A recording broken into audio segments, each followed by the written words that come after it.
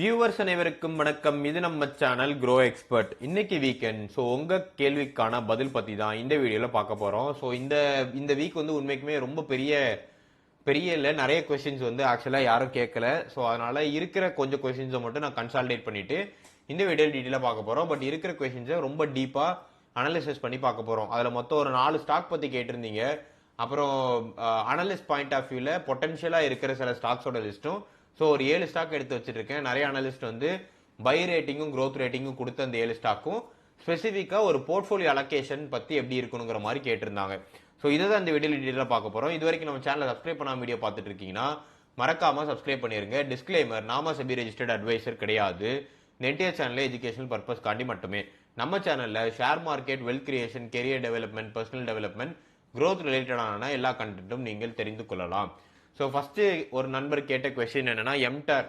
So mTOR வந்து manipulation மாதிரி feel ஆகுது ப்ரோ, ஜென்யூனாவே ரீரேட்டிங் நடந்திருக்கா இல்ல அது மேனிப்புலேஷனான்னு சொல்லிட்டு.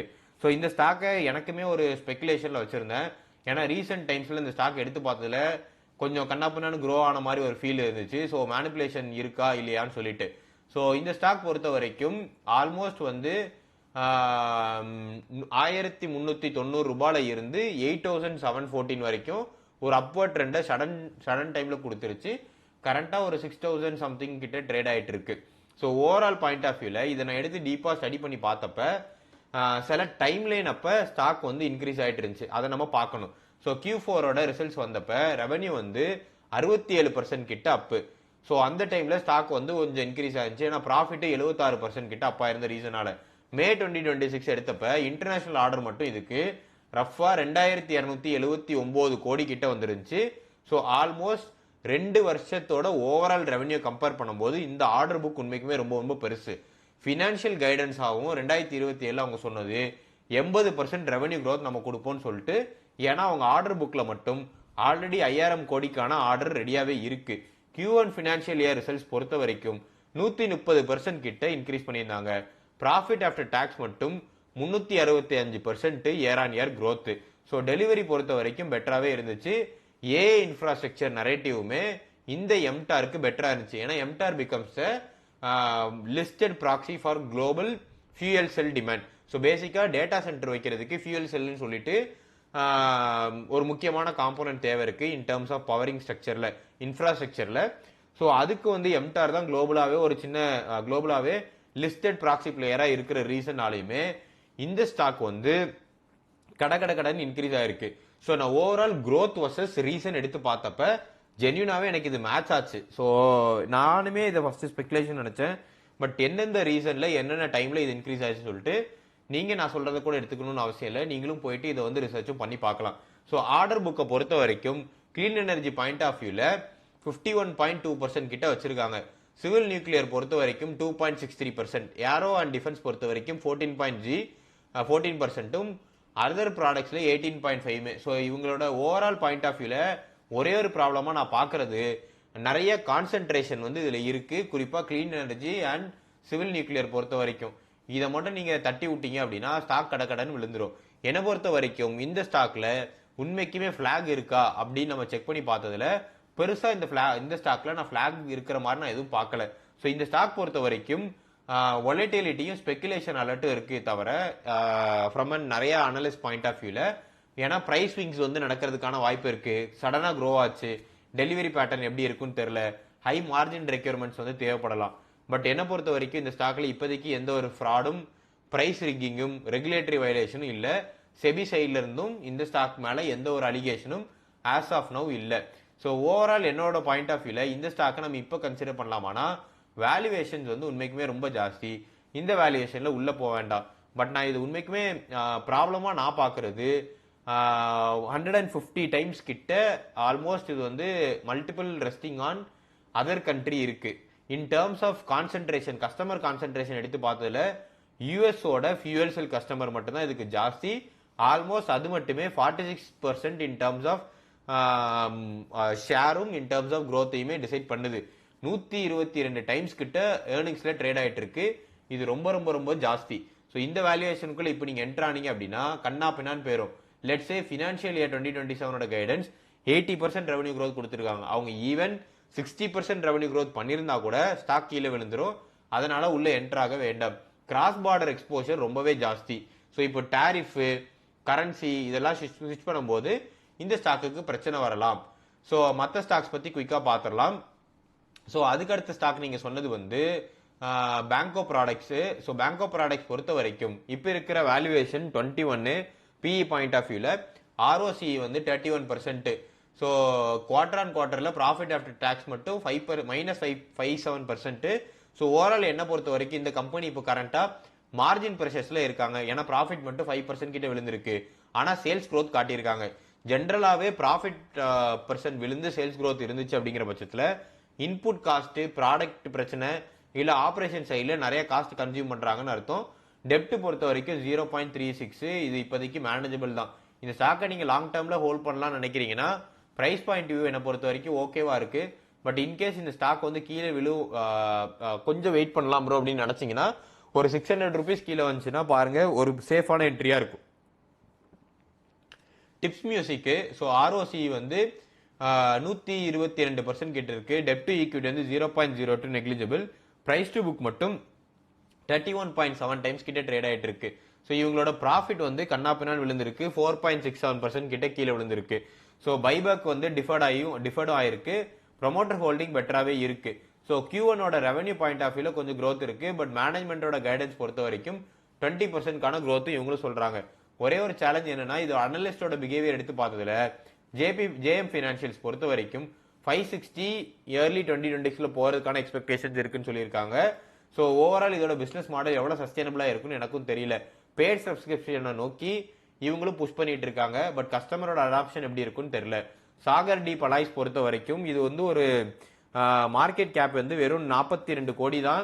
ஸோ இந்த மாதிரியான மைக்ரோ கேப் மார்க்கெட் கேப்குள்ள என்ட்ராகாம இருக்கிறதே பெட்ரு. குவார்டர் சேல்ஸ் பொறுத்த வரைக்கும் 117% கிட்ட இன்க்ரீஸ் ஆயிருக்கு. ஸோ கரண்ட் வேல்யூ ரேஞ்சுமே ஓகேவான ரேஞ்சில் இருக்கு. ஆப்ரேட்டிங் மார்ஜின் வெறும் 2.32, ரொம்ப ரொம்ப ரொம்ப தின்னு. ஸோ இந்த மாதிரி 2.32 ஆப்ரேட்டிங் மார்ஜின்குள்ள உள்ள கம்பெனி, அதுவும் ஒரு மைக்ரோ கேப் கம்பெனிக்குள்ள போவே வேண்டாம். அதுதான் என்னை பொறுத்த வரைக்கும் நம்ப நல்லது. லிக்விடிட்டி பாயிண்ட் ஆஃப் வியூலையும் பிரச்சனை இருக்கும். அண்ட் இது ஒரு அலாய் ஓரியன்ட் கம்பெனி. காப்பர் பிரைஸோட வாலட்டிலிட்டியும் இருக்கும். ஸோ தப்பான என்ட்ரி நீங்கள் கொடுத்துட்டீங்கன்னா மாட்டிப்பீங்க. ஸோ புரோக்கரேஜ் பாயிண்ட் ஆஃப் வியூவில் இப்போதைக்கு லீடர்ஷிப் போர்டில் மொத்தம் ஒரு 7 ஸ்டாக் எடுத்து வச்சிருக்கேன். மொத்தம் அந்த 7 ஸ்டாக்குமே அனலிஸ்ட்ஸ் வந்து ப்ரெடிக்ட் பண்ணது இந்த ஸ்டாக் எல்லாம் க்ரோ ஆகும்னு சொல்லிட்டு. ICICI bank. So conviction point of வியூவில் இந்த ஸ்டாக் க்ரோ ஆகிறதுக்கான பெட்டர் நிறையவே ஃபோர்ஸ் இருக்கு. ஏன்னா கிரெடிட் க்ரோத்தும் ஹெல்த்தி ப்ராஃபிட்டபிலிட்டி இருக்கு. பிரைஸ் டு புக் பொறுத்த வரைக்கும் ஒரு நல்ல ட்ரிஃப்ட்டும் அட்ராக்டிவான ரேஞ்சிலையும் இருக்கு இப்போதைக்கு கன்சிடர் பண்றதுக்கு. பாரதி ஏர்டெல் பொறுத்த வரைக்கும் அனலிஸ்டர்ஸ் நிறைய பேர் வந்து அப்வர்ட் ட்ரெண்ட் வந்து ப்ரெடிக்ட் பண்ணியிருக்காங்க. இதுக்கு பின்னாடி இருக்க ரீசனுமே நிறைய ஆனுவல் ரெவென்யூ பெர் யூசர் வந்து இதுக்கு ரொம்ப ஜாஸ்தி. டேட்டா சென்டர் பிசினஸ்குள்ளே என்ட்ரி வச்சிருக்காங்க. ஸோ இதோட ஓவரால் பாயிண்ட் ஆஃப் வியூல இந்த ஸ்டாக் வந்து ரைஸ் ஆகிறதுக்கான நிறைய ஜாஸ்தி இருக்கு. மொத்தமே இந்தியா பொறுத்த வரைக்கும் ஏர்டெல் அண்ட் ஜியோங்கிற ரெண்டு கஸ்டமர் பொறுத்த வரைக்கும்.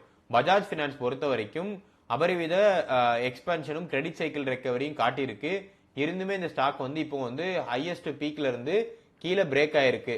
ஸோ என்னை பொறுத்த வரைக்கும் இந்த ஸ்டாக்கை இப்போ இருக்கிற பாயிண்ட் ஆஃப் வியூல கொஞ்சம் வேல்யூவேஷன் ஜாஸ்தியா நான் பார்க்குறேன். பட் சைக்கிள் ரிகவரி டைம்ல நீங்க இதை கன்சிடர் பண்ணீங்கன்னா பெட்டரா இருக்கும். டிமார்ட் பாயிண்ட் ஆஃப் வியூல, ஸோ அனலிஸ்ட் பாயிண்ட் ஆஃப் வியூல டிமார்ட் வந்து பாசிட்டிவான ஆஸ்பெக்ட்ல மூவ் ஆகுங்கிற எக்ஸ்பெக்டேஷன்ஸ் இருக்கு.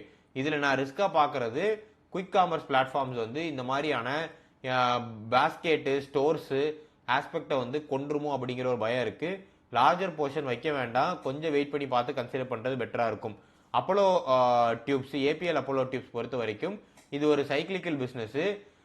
ஸ்டீலோட பிரைஸ் வாலட்டிலிட்டி ஏத்ததுக்கு இதோட மார்ஜின்ஸுமே அடி வாங்குறதுக்கான வாய்ப்பு இருக்கு. பட் அனலிஸ்ட் வந்து இதுக்கு அப்பர்ட் க்ரோத்துக்கான பை ரேட்டிங் கொடுத்துருக்காங்க. டால்மியா பாரத் பொறுத்த வரைக்கும் மிட் கேப் பை ரேட்டிங் கொடுத்துருக்காங்க. சிமெண்ட் பொறுத்த வரைக்கும் சீசனல், ஸோ அதனால கொஞ்சம் வெயிட் பண்ணி பார்க்கறது பெட்டரா இருக்கும். ரீஜனல் பிரைஸ்ல வார் வந்து உண்மைக்குமே ஸ்டார்ட் ஆயிரும். ஏன்னா சிமெண்ட் மார்க்கெட் வந்து ரொம்ப கிளஸ்டர்டா நான் பார்க்குறேன். நிறைய கம்பெனிஸ் வந்து இதுக்குள்ள என்டர் ஆயிட்டாங்க.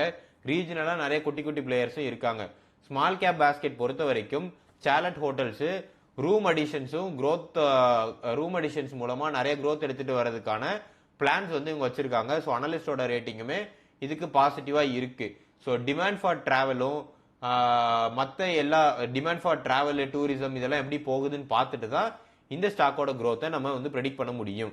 ஓவரால் இதுதான் அனலிஸ்ட் பாயிண்ட் ஆஃப் வியூல ஒரு பெட்டரான இதுல இருக்கு. இது போக Kotak bank, Varun beverages, Nestle India, Eternal, LG electronics, HCG, Ujjivan small financial bank, Minda corporations and Axis securities இந்த மாதிரியான அதர் ஸ்டாக்ஸுமே வாட்ச் லிஸ்ட்ல வைக்கிறது பெட்டராக இருக்கும் இப்போ இருக்க பாயிண்ட் ஆஃப் வியூல.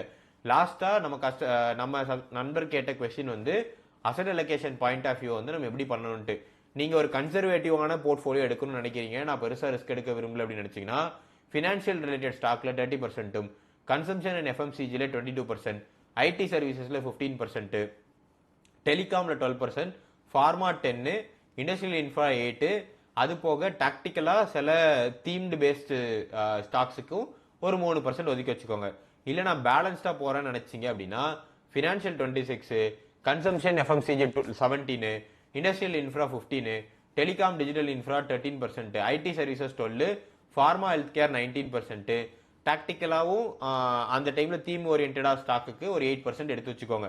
அக்ரெசிவா போகணும்னு ஆசைப்படுற ப்ரோ நினைச்சீங்கன்னா 22% financials like banking, NBFC, industrial infra 20, tactical and அந்த பர்டிகுலர் டைம்ல ரொம்ப பீக்கை நோக்கி போற ஸ்டாக்குக்கு 15%, டெலிகாம் அண்ட் டிஜிட்டல் இன்ஃப்ரா பொறுத்த வரைக்கும் 13, கன்சம்ஷன் எஃப்எம்சிஜில 12%, ஐடி சர்வீஸில் 11%, ஃபார்மா ஹெல்த் கேர்ல ஒரு 7% வச்சீங்கன்னா பெட்டரா இருக்கும்.